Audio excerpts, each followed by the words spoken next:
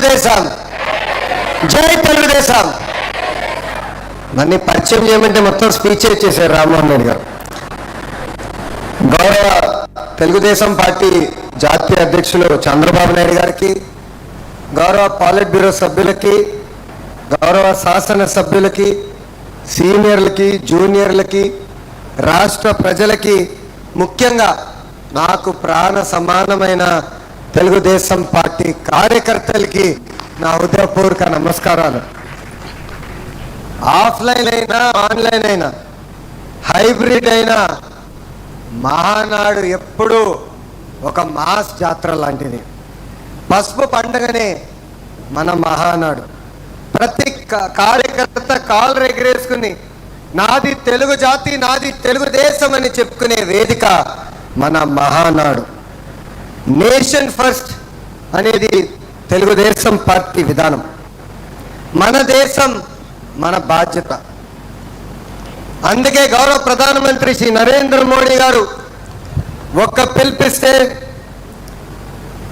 నెల్లూరులో భారీగా మహానాడు ఏర్పాటు చేసుకోవాలన్న ప్లాన్లు మనం క్యాన్సిల్ చేసుకుని ఈరోజు హైబ్రిడ్ విధానం మనం ఏర్పాటు చేసుకుంటాం జరిగింది.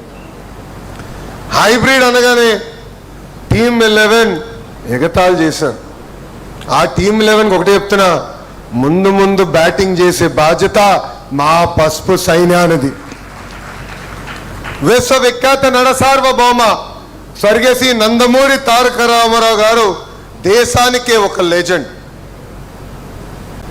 తెలుగువారి ఆత్మగౌరవం ఎన్టీఆర్, తెలుగువారి పౌరుషం మన ఎన్టీఆర్.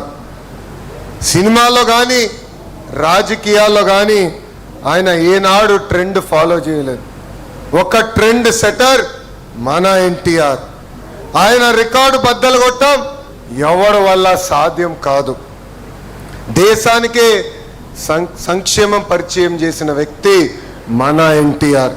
సమాజమే దేవాలయం, ప్రజలే మన దేవుళ్ళు అని చెప్పి మనకు ఒక దిశ నిర్దేశం ఇచ్చిన వ్యక్తి మన ఎన్టీఆర్. 2 రూపాయలకే కిలో బియ్యం, పెన్షన్ విధానం, 50 రూపాయలకే హార్స్ పవర్ విద్యుత్, జంత వస్త్రాలు, పక్కా ఇల్లు, ఏకంగా గురుకుల పాఠశాలలు, మధ్యాహ్న భోజనం పథకం, పటేల్ పట్వారీ వ్యవస్థ రద్దు, ఇలా అనేక సంక్షేమ అభివృద్ధి కార్యక్రమాలు చేసిన వ్యక్తి మన అన్న ఎన్టీఆర్. స్త్రీ శక్తిని ముందుగా గుర్తించిన వ్యక్తి మన ఎన్టీఆర్. మహిళలకి ఆస్తుల సమాన హక్కు కల్పించారు. మహిళలకు పెద్ద ఎత్తున చదువుకోవాలని భారతదేశంలోనే తొలి మహిళా విశ్వవిద్యాలయం కూడా ఏర్పాటు చేసిన వ్యక్తి మన ఎన్టీఆర్. ఇంకా మహిళలు కూడా రాజకీయాల్లో ప్రోత్సహించి రిజర్వేషన్ కూడా ఇచ్చిన వ్యక్తి మన ఎన్టీఆర్.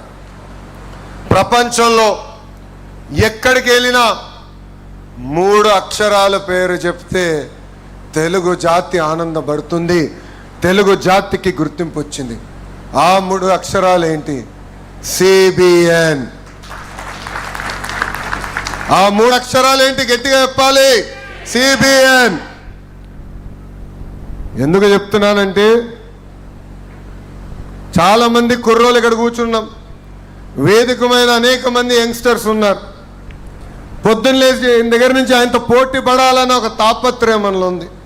కానీ ఒక విషయం మర్చిపోతున్నాం, 25 సంవత్సరాల కుర్రోలు 3 ఉన్నారు ఆయన లోపల. ఇప్పటికీ ఆ స్పీడు మేము అందుకోలేకపోతున్నాం. ఇప్పటికే ఆయన స్పీడు జెట్ స్పీడ్.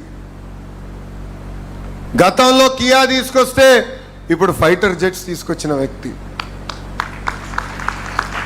అప్పుడు ఐటీ అంటే ఇప్పుడు ఏఐ, అప్పుడు హైటెక్ సిటీ అంటే ఇప్పుడు క్వాంటమ్ వ్యాలీ, అప్పుడు సైబరాబాద్ అంటే ఇప్పుడు అమరావతి రూపశిల్పి మన నాయకుడు సిబిఎన్.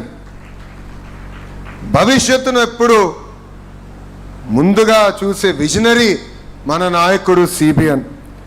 స్త్రీ శక్తిని మహాశక్తిగా గుర్తించిన వ్యక్తి మన సిబిఎన్. మహిళలకు విద్యా ఉపాధి అవకాశంలో 33% రిజర్వేషన్ అందించిన వ్యక్తి మన సిబిఎన్. డ్వాక్రా సంఘాల ద్వారా మహిళలకి ఆర్థిక స్వాతంత్రం కూడా కల్పించిన వ్యక్తి మన సిబిఎన్. తన తల్లి పడిన కష్టాలు గుర్తించి మహిళలు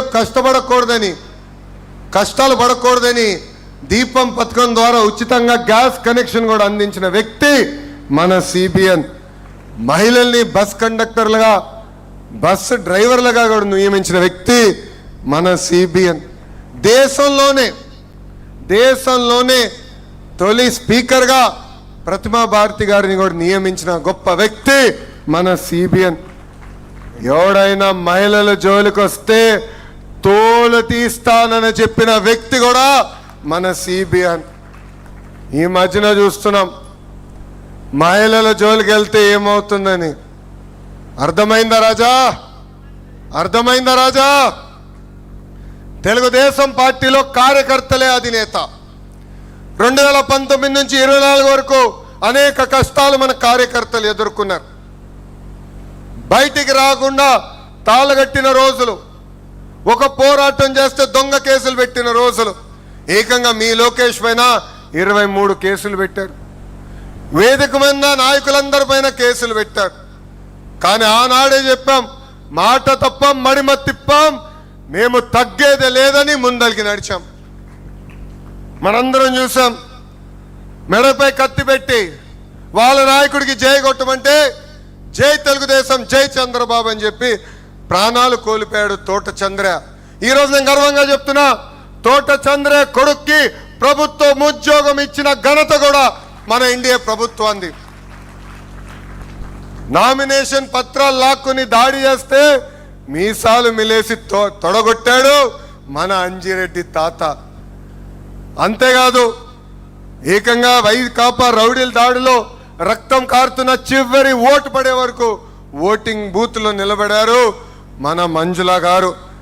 వైసీపీ గూండాలు ఏకంగా వచ్చి కంటి చూపు పోయే విధంగా పొడిచినా ఎత్తిన పసుపు జెండా దించకుండా నిలబడింది మన చెన్నుపాటి గాంధీ. ఇలాంటి నాయకుల్ని మనందరం స్ఫూర్తిగా తీసుకుని తెలుగుదేశం పార్టీని ముందరకు నడిపించాల్సిన బాధ్యత ఉంది. కేసుల కోసం భయపడం, ఏనాడు వెనక తిరిగి మనం చూడలేదు. వేదిక మీద అనేక నాయకుల్ని అరెస్ట్ చేస్తారు. మన అచ్చన్న గారు కానివ్వండి, కొల్లు రవి గారు కానివ్వండి, ఇట్లా అనేక మందిని అరెస్ట్ చేసి జైలుకి పంపించిన మనం ఎప్పుడూ వెనక్కి తగ్గలేదు. అందుకే వై నాట్ 175 అంటే చివరికి టీమ్ 11 మిగిలే పరిస్థితి ప్రజలే ఇచ్చారు. 2024 ఎన్నికల్లో అందరం కలిసికట్టుగా రికార్డులు బద్దలు కొట్టాం. భారతదేశ చరిత్రలో ఎప్పుడు జరిగిన విధంగా 94% స్థానాలు మనం కైవసం చేసుకున్నాం. 175 నియోజకవర్గాలు 164 స్థానాలు ఎన్డీఏ సొంతం చేసుకుంది. శ్రీకాకుళంలో 10 out of 10, విజయనగరంలో 9 out of 9, తూర్పుగోదావరి జిల్లాలో 19 out of 19, వెస్ట్ గోదావరి జిల్లాలో 15 out of 15, కృష్ణాలో 16 out of 16, గుంటూరులో 17 out of 17, నెల్లూరులో 10 out of 10, అనంతపూర్లో కూడా 14 out of 14. అంటే 8 ఉమ్మడి జిల్లాల్లో క్లీన్ స్వీప్ వచ్చింది. కడప జిల్లాలో కూడా 10 నియోజకవర్గాలకి 7 నియోజకవర్గాలు ఎన్డీఏ కైవసం చేసుకుంది. ప్రజలు ఆశతో మనం గెలిపించారు. వాళ్ళకి అహర్నిశలు కష్టపడాలని వాళ్ళు కోరారు. అందుకే ప్రజాప్రభుత్వం సుపరిపాలన అందిస్తుంది. ఎన్ని ఆర్థిక ఇబ్బందులు ఉన్నా ఇచ్చిన హామీలని ఒక పద్ధతి ప్రకారం మనం నిలబెట్టుకుంటా ముందరికెళ్తున్నాం. ఒక పెన్షన్ తీసుకోండి, భారతదేశంలోనే ఏ రాష్ట్రం ఇవ్వని విధంగా వృద్ధులకి 4,000 రూపాయల పెన్షన్ మన చంద్రబాబు నాయుడు గారు అందిస్తున్నారు. వికలాంగులకి 6,000, బెడ్కి పరిమితం అవుతే 15,000 రూపాయల పెన్షన్ మనం అందిస్తున్నాం. అన్నా క్యాంటీన్లు తిరిగి ప్రారంభించాం. మెగా డిఏసి ద్వారా 16,000 ఉద్యోగాలు మనం అందించాం. మన హోంమంత్రి గారి నాయకత్వంలో 6,000 కానిస్టేబుల్ పోస్టులు కూడా మనం భర్తీ చేస్తాం జరిగింది. ఏకంగా జాబ్ క్యాలెండర్ ద్వారా 10,000 పోస్టులకి కూడా మనం నోటిఫికేషన్ విడుదల చేశాం. మా చేనేత సోదరులకి అండగా నిలబడడానికి హ్యాండ్లూమ్ ఉంటే 200 యూనిట్లు, ఇంట్లో పవర్ లూమ్ ఉంటే 500 యూనిట్లు ఉచిత కరెంటు కూడా మన ప్రభుత్వం అమలు చేసింది. మత్స్యకారుల సేవలో కూడా అన్నదాత సుఖీభవ, స్త్రీ శక్తి కింద ఉచిత బస్ దీపం పథకం లాంటి అనేక సంక్షేమ కార్యక్రమాలు మనం అమలు చేస్తున్నాం.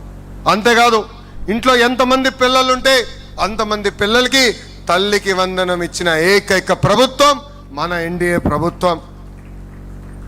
ఎన్నికల ముందర కూడా ఒకే హామీ ఇచ్చాం, ఒకే రాష్ట్రం ఒకే రాజధాని, కానీ అభివృద్ధి వికేంద్రీకరణ. ఈరోజు భారతదేశంలో 100 రూపాయలు పెట్టుబడులు వస్తే దాంట్లో 25 రూపాయలు ఈరోజు ఆంధ్ర రాష్ట్రానికి వచ్చిన ఘనత. ఒక Google, Arcelor Mittal, royal Enfield, ఏకంగా ఫైటర్ జెట్లు తయారు చేసే పరిశ్రమలు కూడా మన ఆంధ్ర రాష్ట్రానికి తీసుకొచ్చాం. ఈ సభాముఖంగా ఆ టీమ్ 11 కెప్టెన్కి నేను ఒక బంపర్ ఆఫర్ ఇస్తున్నా. డేట్ టైం మీరు నిర్ణయించండి. సంక్షేమ అభివృద్ధి పైన చర్చించడానికి నేను సిద్ధం, మీరు సిద్ధమా అని అడుగుతున్నా. అభివృద్ధి సంక్షేమం హడావిడిలో పడిపోయి గత పాలకులు చేసిన విషయాలు మనం మర్చిపోతున్నాం. మనందరం చూసాం బలహీన వర్గాల పైన వాళ్ళు ఎట్లా దాడి చేశారు. ఎంతో మంది బీసీ, ఎస్సీ, ఎస్టీ, మైనారిటీ సోదరుల్ని వాళ్ళు చంపేశారు.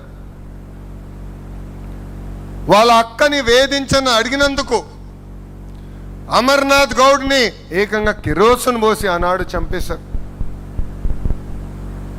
ఇది మనందరం గుర్తుపెట్టుకోవాల్సిన అవసరం ఉంది.